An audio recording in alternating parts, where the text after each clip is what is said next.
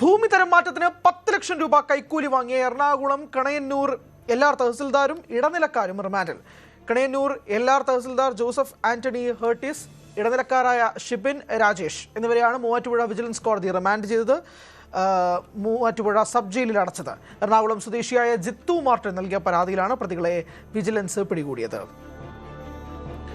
ആജ്ഞ രവീന്ദ്രൻ വിശദാംശങ്ങളുമായി. ആജ്ഞ, രണ്ട് കാര്യങ്ങളാണ്. ഒന്ന്, മറ്റ് ഉദ്യോഗസ്ഥരിലേക്ക് നീങ്ങാനുള്ള സാഹചര്യമുണ്ടോ? ഇവരിൽ മാത്രമായി ഒതുങ്ങുമോ ഈ കാര്യം എന്നുള്ളതാണ് ഏറ്റവും പ്രധാനപ്പെട്ട കാര്യം. രണ്ട്, ഇത് നാളുകളായി ഇതിനു മുമ്പും സമാനമായ രീതിയിലുള്ള സാഹചര്യം ഉണ്ടായിട്ടുണ്ടോ? മറ്റ് പലരിൽ നിന്നും ഇതുപോലെ പണം വാങ്ങിയതായിട്ടുള്ള വിവരങ്ങൾ എന്തെങ്കിലും ലഭിച്ചിട്ടുണ്ടോ?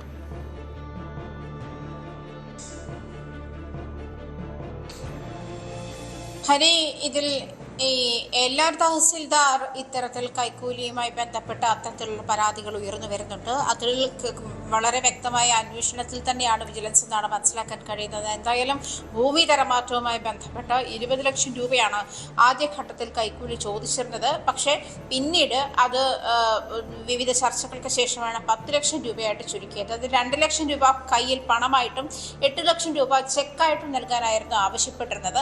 അങ്ങനെയാണ് തഹസിൽദാരും അതുപോലെ 2 സഹായികളും കൂടി ഈ പറഞ്ഞതുപോലെ ഒരു മുൻകൂട്ടി തീരുമാനിച്ചതനുസരിച്ച് കടവന്ത്രയിൽ എത്തുന്നതും അവിടെ വെച്ചിട്ടാണ് ഈ ഷിബിൻ രാജേഷ് എന്നീ ഇടനിലക്കാരും അതുപോലെ എൽആർ തഹസിൽദാർ ജോസഫ് ആന്റണി ഹേർട്ടിസുമാണ് കുടുങ്ങിയത്. അത് വിജിലൻസിനെ ഈ ജിത്തു മാർട്ടിൻ നൽകിയ പരാതിയിൽ, അതായത് ഭൂമി തരമാറ്റലുമായി ബന്ധപ്പെട്ടാണ് ഇത്തരത്തിലൊരു വലിയ തുക കൈക്കൂലി ചോദിച്ചിരുന്നത്. ഇതുമായി ബന്ധപ്പെട്ട് ജിത്തു മാർട്ടിൻ എന്ന ആൾ എറണാകുളം സ്വദേശിയാണ്. അദ്ദേഹം നൽകിയ പരാതിയുടെ അടിസ്ഥാനത്തിലാണ് വിജിലൻസ് ഈ 3 പേരെയും കൊടുക്കുന്നത്. 3 പേരെയും എന്തായാലും ജയിലിൽ അടച്ചിട്ടുണ്ട്. മൂവാറ്റുപുഴ സബ് ജയിലിലാണ് 3 പേരും ഉള്ളത്. റിമാൻഡ് ചെയ്ത് ജയിലിൽ അടച്ചിട്ടുണ്ട്.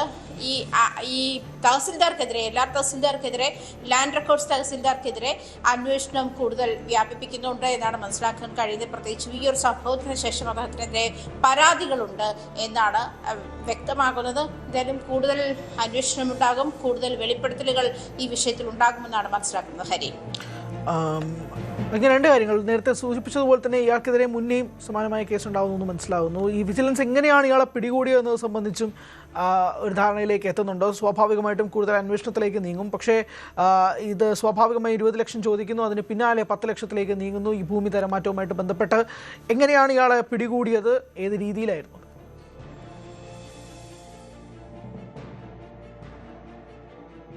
ഹരി, ഈ ജിത്തു മാർട്ടിൻ എന്ന് പറയുന്ന ആളുടെ എളമക്കരയിലുള്ള ഭൂമി തരമാറ്റവുമായി ബന്ധപ്പെട്ടിട്ടാണ് ഇത്ര വലിയ ഒരു തുക, 20 ലക്ഷം രൂപയുടെ ഒരു കൈക്കൂലി ആവശ്യപ്പെടുന്നതും ഈ എൽആർ തഹസിൽദാരും 2 ഹെൽപ്പർമാരുമാണ്, അസിസ്റ്റന്റുമാരുമാണ് ഇതിൽ ഇടപെട്ടിട്ടുള്ളത്. നേരത്തെ ഞാൻ സൂചിപ്പിച്ചതുപോലെ 20 ലക്ഷം രൂപയായിരുന്നു ആദ്യം ആവശ്യപ്പെട്ടത്. അത് തുടർന്ന് പിന്നീട് വിവിധ ചർച്ചകൾക്ക് ശേഷം അത്രയും പണം നൽകാൻ കഴിയില്ല എന്ന് ജിത്തു മാർട്ടിൻ അറിയിച്ചതിനെ തുടർന്നാണ് അവർ 10 ലക്ഷം രൂപ എന്നുള്ള ഒരു കരാറിലെത്തിയത്.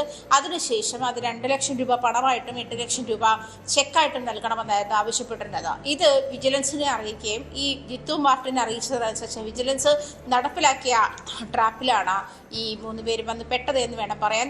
കടവന്ത്രയിൽ വെച്ച് പണം കൈമാറാനായിരുന്നു തീരുമാനിച്ചത്. ഈ കൈമാറുന്ന സമയത്ത് തന്നെയാണ് വിജിലൻസ് എത്തി കൈയോടെ തൊണ്ടി മുതലോടുകൂടി പിടികൂടുകയായിരുന്നു എന്ന് വേണം.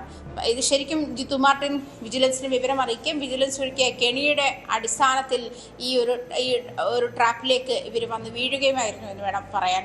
എന്തായാലും നേരത്തെയും ഇത്തരം നിരവധി കൈക്കൂലി കേസുകൾ ഇത്തരത്തിൽ വിജിലൻസിന്റെ സഹായത്തോടുകൂടി വിജിലൻസിന്റെ സഹായത്തോടുകൂടി പിടികൂടുന്ന സാഹചര്യം ഉണ്ടായിട്ടുണ്ടാലും ഇത്തരം കൈക്കൂലി കേസുകളൊക്കെ നേരിട്ട് വിജിലൻസിനെ അറിയിച്ചാൽ ഒരുപക്ഷെ ഈ പറയുന്നത് പോലെ തന്നെയുള്ള ട്രാപ്പ് ഉണ്ടാക്കി ആളുകളെ വളരെ വേഗം പിടികൂടാനും ഇത്തരത്തിലുള്ള അഴിമതിക്കാരെ നിർമ്മാർജ്ജനം ചെയ്യാനുമുള്ള നീക്കങ്ങൾ വിജിലൻസിന്റെ ഭാഗത്തുനിന്ന് ഉണ്ടാവുന്നതാണ് അടുത്തിടെ ഉണ്ടായിട്ടുള്ള നിരവധി സംഭവങ്ങൾ വ്യക്തമാക്കുന്നത്.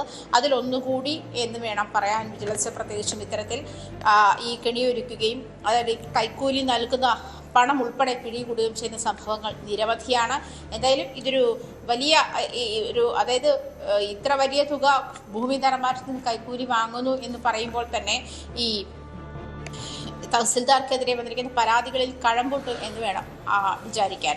ഹരി, ശരി, വ്യക്തമാണ്. എന്തായാലും തഹസിൽദാരും 2 ഇടനിലക്കാരെയുമാണ് പിടികൂടിയതായിട്ട് മനസ്സിലാക്കാൻ കഴിയുന്നത്. വിജിലൻസിന്റെ സംയോജിതമായ ഇടപെടൽ ഉൾപ്പെടെ തൊണ്ടി മുതൽ സഹിതമാണ് ഇവരെ പിടികൂടിയത്. നമ്മൾ ഇടവേളയിലേക്ക് പോകുന്നു, മടങ്ങിയത്.